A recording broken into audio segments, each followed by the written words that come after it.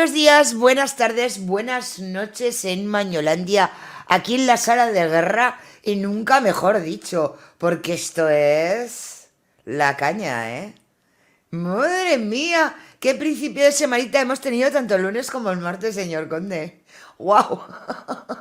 ¡Wow, wow! No sé, ¿qué piensa al respecto?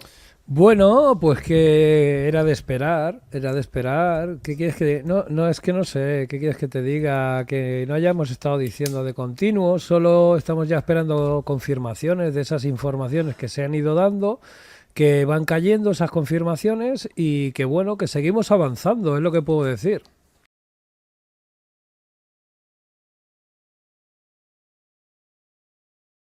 Bueno, os voy a compartir la pantalla para que lo veáis. Es una noticia en prensa que ha salido. Espera, aquí. Comparto la pantalla. Mira, es que estoy muy preocupada. Señor Conde, estoy muy preocupada porque me quería comprar un anillo de oro y ahora me dicen que los científicos alertan que el oro podría extinguirse en 2050 por el ritmo actual de extracción. Claro, yo estoy ahorrando para el anillo, entonces no sé si llegaré yo al 2050 y tengo una preocupación.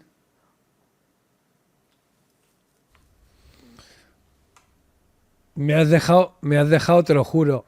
Oye, lo estoy leyendo, ¿eh? La SER. Científicos alertan de que el oro podría extinguirse en 2050 por el ritmo actual de la extracción. O sea que va a hacer un crowdfunding porque no va a llegar al 2050, ¿eh? Para comprarme el anillo. Porque lo Pero, quiero gordo, ¿eh? pero nadie le ha explicado a esta gente que el oro se recoge de del suelo, de la tierrica del suelo, hijos míos. Y que el planeta Tierra, de ahí vienen las tablillas de los Anunnaki, te dicen que vinieron al planeta Tierra porque era uno de los pocos que tenía ya oro.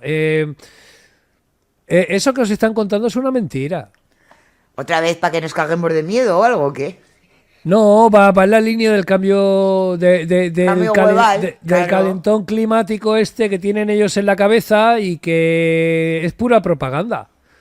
Yo casi me No, meo cuando lo he leído, ¿eh? hay que entender que el panel del cambio climático es un panel político, que todos los científicos que participan en el panel del cambio climático son científicos pagados por señores como quién, como el señor Klaus Schwab, que utilizan esas mentiras, esos eufemismos para no permitirle a determinados países hacer lo que ellos no quieren. Entendemos que es lo mismo que Soros, es el tipo de política de las ciudades abiertas que se le llaman. Las ciudades abiertas o las open cities, como le pueden llamar en muchos sitios, entendemos esos eufemismos, ¿no? Pues resulta que ciudad abierta quiere decir que es una ciudad que se entrega sin pelear. Entendemos que es una open city, una ciudad abierta. Es una ciudad que se entrega sin pelear. Para mí, mira, esto ha sido un gran descubrimiento porque vamos a ver diferentes temas en el día de hoy. Este vídeo va a quedar disponible completo en Twitch. Estos extractos que después vamos subiendo a YouTube, yo voy a hacer referencia a estos vídeos, seguramente no se van a ver. Estos vídeos se verán igual, el resto de informaciones que pongamos que no tengan, pues eso, por respetar lo que es un poco a otros creadores, ¿vale? Que ya estos vídeos son de YouTube, por eso no los vamos a reproducir en YouTube. En cambio sí, el resto de pruebas que aportamos, de las que conseguimos cada semana. Y para mí el vídeo que vamos a ver a continuación es el mejor vídeo que he visto en los últimos 10 años. Da explicaciones de cómo esos alemanes crearon una serie de motores que son motores. Recordemos que aquí en este canal ya hemos enseñado un vídeo donde se veía un chorro de agua Ah, sí. y cómo se ponía un palito en el chorro de agua y subía a la inversa el palo hacia arriba, Ajá, sí, sí, sí. ¿vale?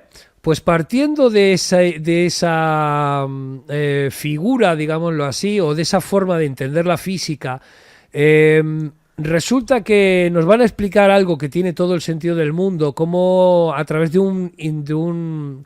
Recordemos que ya hicimos hace mucho tiempo un programa sobre Victor Schauberger, que era un inventor alemán nazi, que hicimos junto con el programa de María Orsic. Ah, ¿Vale? Hicimos un programa sobre pero María claro. Orsic y sobre Víctor Schauberger, ¿vale? Recordemos, Sí, María sí, Orsic sí. de los Brill, era la sociedad Brill, la María Orsic. Víctor Schauberger estuvo haciendo un estudio de cómo en los ríos los remolinos eran capaces de llevar los troncos para hacer una cadena efectiva de aserraderos para poder mover esos troncos por los ríos y entender cómo eran los caudales de los ríos. Pues resulta que el señor Schauberger desarrolló un motor antigravitación gracias a entender los remolinos. Gracias a entender los remolinos. Esa tecnología después, por los nazis, después cuando terminó la Segunda Guerra Mundial, Víctor Schauberger acabó en manos de los rusos y después terminó sus años en Norteamérica. O sea, con ese inventor y esos motores vamos a estar dando la explicación a todos los puñeteros platillos que se han visto desde el principio. Y ojo, que ahí hay una conexión con el Tíbet, que vamos a entenderla de dónde viene, porque todo eso también tiene mucho que ver con esos motores de los vimanas del norte de la India, que tienen que ver con esos asirios o con esos Anunnaki que vinieron del cielo. Por eso digo, vamos a ver ese vídeo porque da respuesta a muchísimas cosas.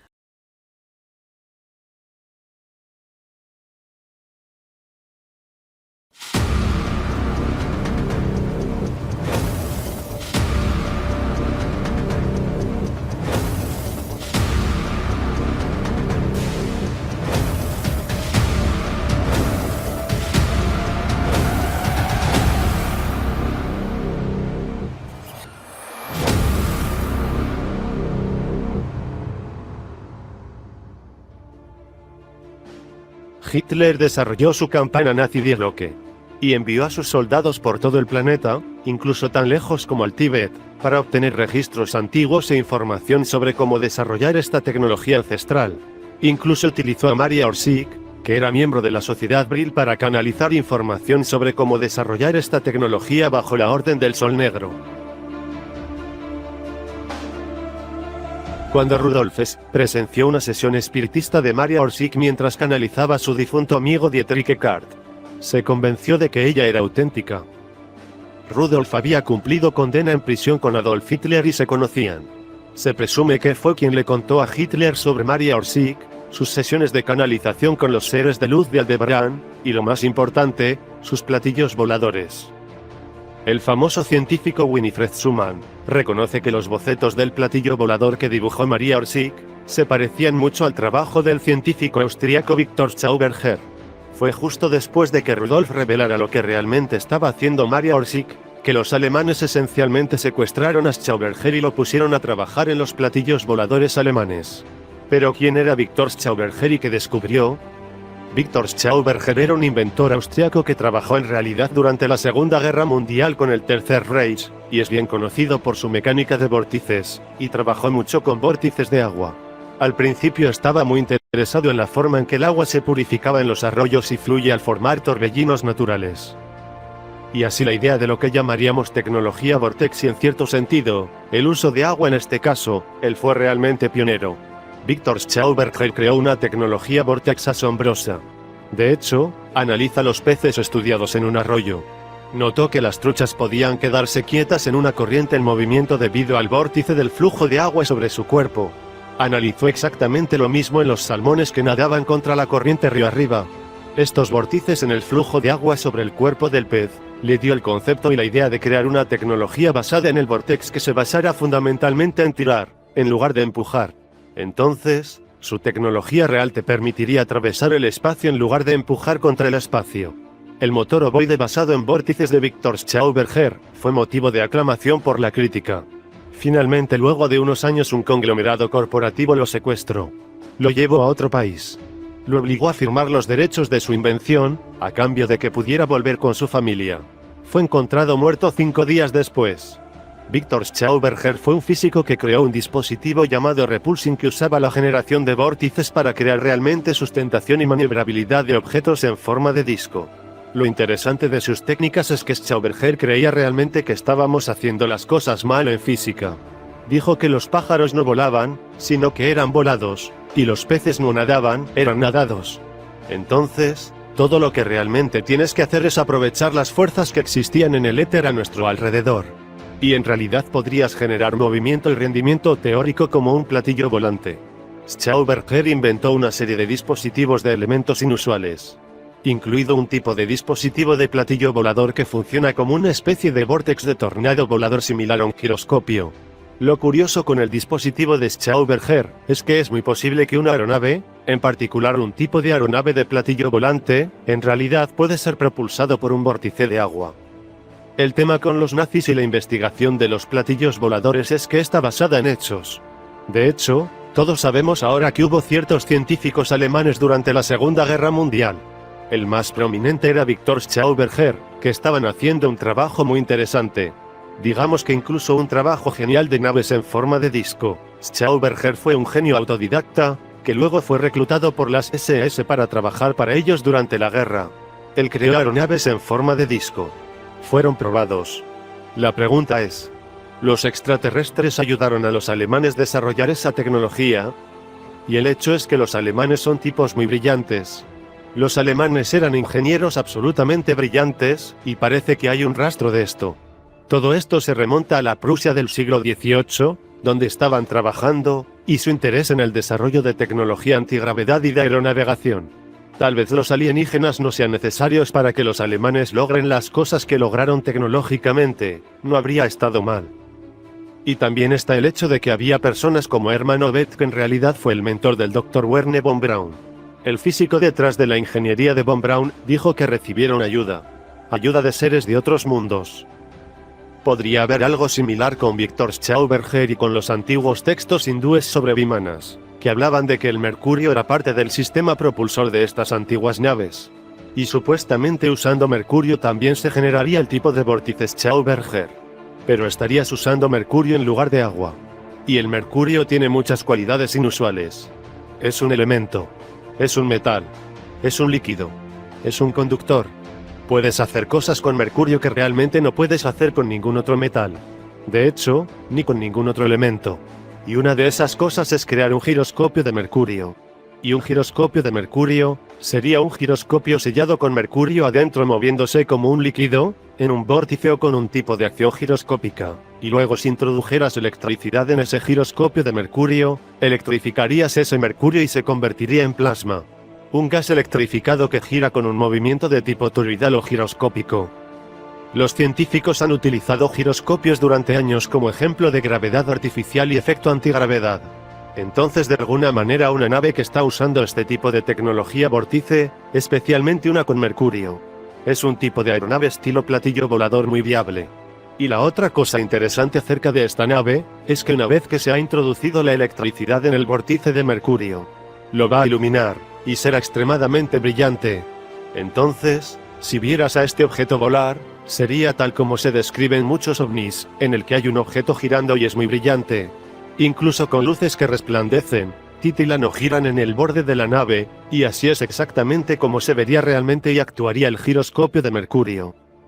Los alemanes realizaban expediciones por todo el mundo en los años 1930, porque buscaban principalmente dispositivos místicos. Su tecnología era muy avanzada, su tecnología de aviación era superior a la que Estados Unidos desarrolló. Las civilizaciones antiguas del mundo estaban fascinados con el mercurio. Los chinos, los mayas. Y el mercurio es un subproducto de la producción del oro. Pero cuando vemos textos antiguos como los Vimanas, se habla mucho del mercurio, por lo que el mercurio era algo muy importante para las culturas antiguas. Pero el mercurio es un veneno letal. No se debería trabajar con mercurio, el gas de mercurio es venenoso. El mercurio debe manipularse con cuidado, dentro de un entorno cerrado. Entonces lo que los antiguos hacían con mercurio es un misterio. Pero lo más obvio sería naves espaciales y otras tecnologías de minería. El mercurio proviene de un mineral llamado cinabrio, que es una palabra sánscrita. Geológica y mineralógicamente, palabras mercurio y cinabrio provienen del antiguo sánscrito. Mercurio en la tradición occidental era el dios de la comunicación, volaba por los aires. Para los antiguos, entonces, parecería que el mercurio y el vuelo están muy relacionados. A pesar de que los aliados ganaron la Segunda Guerra Mundial, había sospechas persistentes de que algo andaba mal. y bajo un intenso interrogatorio de los aliados que se les hizo, evidentemente fue que los alemanes habían construido una base secreta en la Antártida. Se estaban difundiendo rumores de que los alemanes habían desarrollado armas especiales, que se mantenían almacenadas cerca del Polo Sur. Al almirante Richard Byrd se le asignó la tarea de averiguar qué estaba pasando. Algunas cosas extrañas sucedieron durante la Operación Salto Alto, y supuestamente hubieron despegues de cazas de los portaaviones sobre la Antártida, y estuvieron involucrados en algún tipo de combate aéreo con los platillos voladores. Y fueron los platillos voladores que derrotaron a la Armada estadounidense, y se fueron después de 3 meses. La Operación Salto Alto llegó a su fin y los estadounidenses abandonaron la Antártida. Pero lo más crucial fue la Operación Salto Alto de 1947 con la operación, cuando el almirante Byrd realizó una expedición militar a la Antártida, donde se evidenció que los nazis habían construido una enorme base militar allí, a veces llamada Agartha, y habían localizado lagos subterráneos de agua caliente, y tenían estas cavernas en las que operaban. Y por supuesto, no sabemos con certeza si algo de eso es cierto. Lo que sabemos con certeza es que la operación del almirante Byrd y su operación Salto Alto descendió con tropas y aeronaves. Es decir, que era una expedición de salida militar y estaban programados para operar durante 9 meses. Después de unos 3 meses volvieron con el rabo entre las piernas, después de haber sufrido muchas bajas y todo tipo de problemas. Enviaron este enorme grupo de trabajo, incluido un portaaviones con toneladas de aviones y un par de destructores a la Antártida. Establecieron una base y luego, básicamente, lo que hicieron fue una exploración que fue desde la base, que es en un extremo de la Antártida, hasta la tierra de Nueva Suabia, donde se dice que hubo una confrontación con platillos voladores nazis, que devastaron al ejército estadounidense. Así que empacaron todo y corrieron de regreso a Estados Unidos, y más tarde se dijo que el almirante Byrd dijo que había naves espaciales o aviones que son tan rápidos y tan maniobrables y tan poderosos, que venían hacia nosotros desde todas las direcciones diferentes desde los polos, y de las cuales las naves estadounidenses no iban a poder defenderse. Entonces, claramente Byrd estaba hablando sobre lo que vio en la Antártida, en la batalla que tuvo lugar allí en 1946. Y luego el almirante Byrd se detuvo en Santiago de Chile, en su camino de regreso a los Estados Unidos. Y tuvo una rueda de prensa en Santiago donde dijo un montón de comentarios extraños y estuvo hablando de un enemigo completamente nuevo, la tecnología completamente nueva y que eran capaces de volar, que estas naves podrían volar de un polo a otro. Eso es lo que dijo Byrd. Aquí es donde empezaron a salir algunas de las historias de la Tierra Hueca, y otras extrañas historias que se promocionaron en las revistas de la década de 1950, sobre ovnis en la Antártida y agujeros en los polos. Y la idea de que la Antártida era un lugar muy especial en lo que se refiere a los ovnis. Llevaron a todo un ejército allí para acabar con lo que había quedado, y les patearon el trasero y volvieron a casa. El almirante Byrd estaba muy molesto, tal vez él pensaba que no estaba adecuadamente preparado, y lo mataron solo porque estaba haciendo protestas contra ellos. Y luego dirás que la secretaría falla. No, ¿sabes qué pasa? Calla. Como diría Jack el Destripador, vamos por partes. Es un short y es muy cortito. Se me está revelando el puñetero. Ay, aquí está. Os comparto. Está en pantalla, ¿verdad? Sí, venga. Sí. Le damos caña. La pirámide de Khufu. Ya a finales de los años 70 el químico francés Joseph Davidovich especuló que la pirámide estaba hecha de hormigón, pero los egiptólogos negaron categóricamente esta afirmación. Recientemente, científicos de Francia y Estados Unidos encontraron la prueba en la parte superior de esta pirámide, y entendieron que las pirámides estaban hechas de 2 tipos de piedras, la piedra caliza natural de la cantera, y sin duda, la piedra artificial. En los análisis a los fragmentos de piedra de la pirámide, observaron el rastro de una reacción química rápida, que no ocurre en la cristalización natural, y si estas piedras provenían de la cantera, esa reacción química era inexplicable, pero si las piedras fueron hechas como el hormigón, la reacción química es completamente razonable. Estos expertos habrían probado que la construcción de las pirámides se utilizó la piedra artificial, pero aún hoy, están esperando el permiso del gobierno, para certificar esta afirmación que ningún egiptólogo aceptará. Ojo al dato, lo que acabamos de escuchar, ¿no? ¿Vale? Ahí explica muchísimo, ¿Hasta ahí vamos bien? Hombre, ahí explica muchísimas cosas. Yo no sé si a muchos se les saca el pelo del sombrajo. Hombre, Bueno, si hablamos de sentido común es lo más lógico. Bueno, tiene mucho más lógica que lo hayan montado ahí, aunque sea de forma artificial, que no que lo hayan tenido que traer de otro lado. O sea, A tiro limpio. ¿vale? Lo que vamos a ver a continuación es el capítulo número 6 de una serie que se llama El Ojo de Horus, Saqqara, una máquina cuántica. ¿Vale? ¡Ay, qué miedo! Vale. Me interesa que pongas el minuto 13:30, donde va a salir una esquela, va a salir un grabado de los egipcios, donde nos va a explicar con qué se hace la piedra artificial. Sobre el río Nilo, muy cerca a las cataratas de Asuán, en la isla de Sehel, fue descubierta una estela tallada con hieroglifos por el sabio Imhotep. Contiene su fórmula química para fundir un concreto que al secar adquiere la apariencia y la resistencia de la roca. Un equipo de científicos franceses dirigidos por el químico Joseph Davidovich, PhD en polímeros, descubrió que la mezcla produce un aglomerado con un gran contenido de cristales de cuarzo, un elemento que tiene la capacidad para producir electricidad si sus moléculas vibran de alguna manera. Los egipcios vertían en moldes conchas trituradas de crustáceos y de fósiles encontrados por doquier en las planicies de Giza, arena con un alto contenido de cuarzo y aluminio, piedra pómez previamente quemada, sales de natrón y agua. La mezcla produce una soda cáustica que reacciona con el aluminio de la arena del río, produciendo un aluminato de sodio. Se le agregaba crisocola, un sílice que la convierte en un silicato sódico de aluminio, y por último, arseniato de cobre como acelerante integral. Con esta mezcla parcialmente descifrada, fundieron los bloques de piedra para sus templos y pirámides. Utilizaron los primeros bloques como formaleta para los nuevos, logrando esa exactitud en las juntas que no permite introducir ni siquiera la carta de un naipe. A mí me interesaba más que nada para que viéramos el tema de... A ver, todo lo demás es una pasada, sinceramente.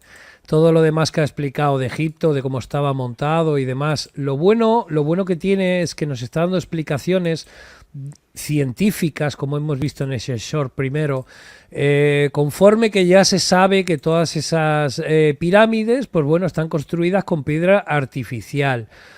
Ese mismo concepto de piedra artificial, vamos a irnos a otro sitio, a partir de ahora un taladro en algún sitio, o que alguien nos diga que es un taladro, porque el material en el que está hecho es muy duro. Igual tenemos que pensar en que aquello era un palo puesto allí y que simplemente lo retiraron después de que fraguara la piedra.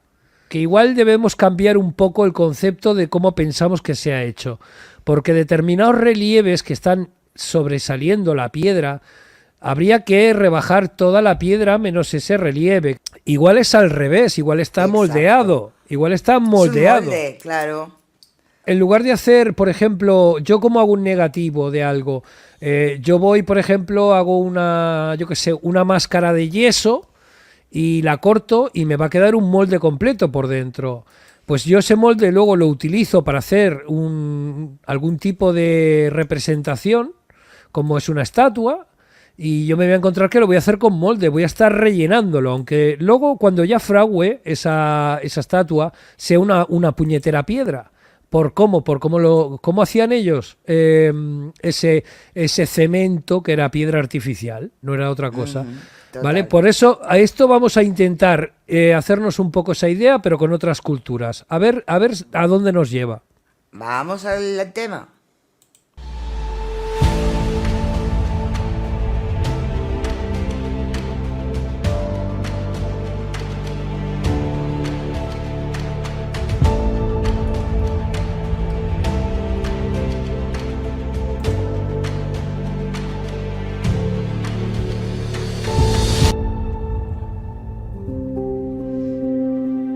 En los últimos años, se han utilizado cada vez más tecnologías modernas, y más individuos con acceso a ellas, en un esfuerzo por no solo exponer la verdad con respecto a la historia real del hombre, sino a descubrir el tamaño real y original de estas civilizaciones, ahora antiguas ruinas.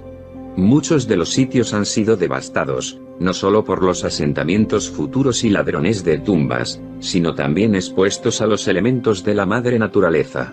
Sin embargo, existe un número de estos sitios más increíbles, que han soportado eones de erosión después de haber sido abandonados misteriosamente, expuestos a los elementos. Sin embargo, existen varios de estos sitios que han sido algo protegidos de estas fuerzas, aunque la vegetación puede tener un efecto catastrófico, desarraigando los cimientos megalíticos de estos sitios. Sin embargo, la huella real de estas estructuras, y de hecho, el tamaño total de estos asentamientos una vez perdidos, todavía pueden ser vistos a través de radares de penetración modernos. Como uno de los más increíbles encontrados en los últimos años, sin duda, la megalópolis escondida bajo los densos bosques de Guatemala. Aunque algunos claros salpicados dentro de este paisaje, se han salvado de alguna manera evitando el sofocamiento de los árboles y la maleza. Se descubrió que estos sitios, que durante mucho tiempo, se argumentaron como sitios separados, pero en realidad alguna vez fueron parte de la misma ciudad gigantesca, un tamaño inimaginable, que sin duda fue el hogar de más de 10 millones. Aunque esta realidad es un hecho de apoyo convincente con respecto a nuestras propias creencias, con respecto a una historia mucho mayor, ahora oculta y ampliamente ignorada de la historia de la humanidad. Todavía hay características de este antiguo sitio, que todavía intenta ser ignorado y pasado por alto, y con suerte oculto a la mayoría de la población mundial. Y finalmente evitar cuestionamientos de la verdadera realidad, de lo que se les ha enseñado, y la posible verdad sobre nuestra historia, que estos sitios podrían proporcionar a todos aquellos que los vean, aunque estos particulares bloques megalíticos, que de alguna manera se pararon sobre sus cabezas durante casi 100 años, y se han realizado muchas expediciones fotográficas a estos sitios. Ahora se ha demostrado que estos bloques megalíticos no eran simplemente señales indicadoras hechas de piedra, sino que eran claramente piedras cortadas y una vez transportadas a su ubicación actual, y eran colocadas en realidad estratégicamente dentro de un enorme mega asentamiento. Este hecho intenta ser sofocado evitando a los individuos, preguntarles cómo eran transportados y cortados por nuestros más recientes antepasados, los mayas. ¿Cómo lograron esta hazaña, cuando ahora claramente requerían técnicas perdidas y tecnologías? Como si ellos en esa época fueran más primitivos tecnológicamente hablando para el hombre moderno. Nosotros solamente tuvimos el logro de tales habilidades dentro del siglo pasado, todo gracias a la tecnología moderna. La tecnología es claramente una característica de identificación, que expone las verdaderas capacidades de los constructores de esta enorme ciudad. Y el hecho de que aunque a los académicos les gustaría argumentar de que se trataba simplemente de un asentamiento maya, este posee como tantos otros asombrosos sitios en la Tierra aún no explicados, enigmas que no solo contradicen esta explicación de sus orígenes, sino que en realidad sugieren que eran simplemente rehabilitados por los mayas, permitiendo a los arqueólogos señalarlos con la punta del dedo a tal grupo, debido a su huella arqueológica, habiendo sido dejados en esa ubicación.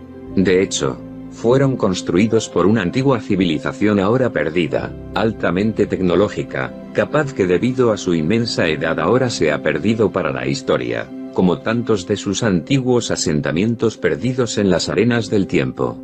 Y solo los cimientos de los cuales ahora sobreviven, afortunadamente expuestos por las modernas tecnologías.